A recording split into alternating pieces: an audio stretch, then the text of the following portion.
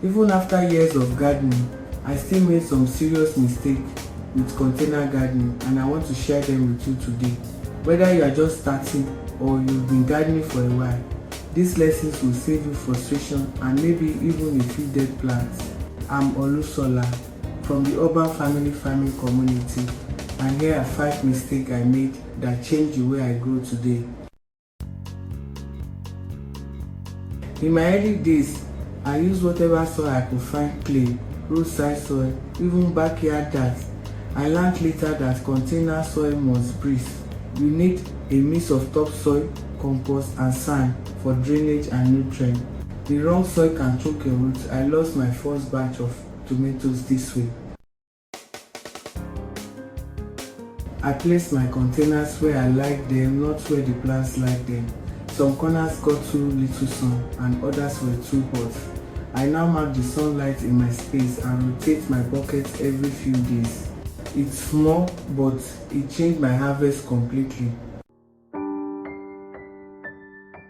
I thought watering often meant I was caring for my plants, but too much water was actually killing them. Roots need air, not swimming pools. Now, I water only when the topsoil feels dry to touch.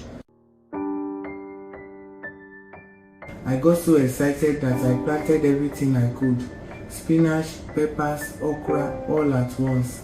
I couldn't keep up with watering and pest control. Now, I tell new gardeners, start with 2 or 3 crops and grow mastery, not mess.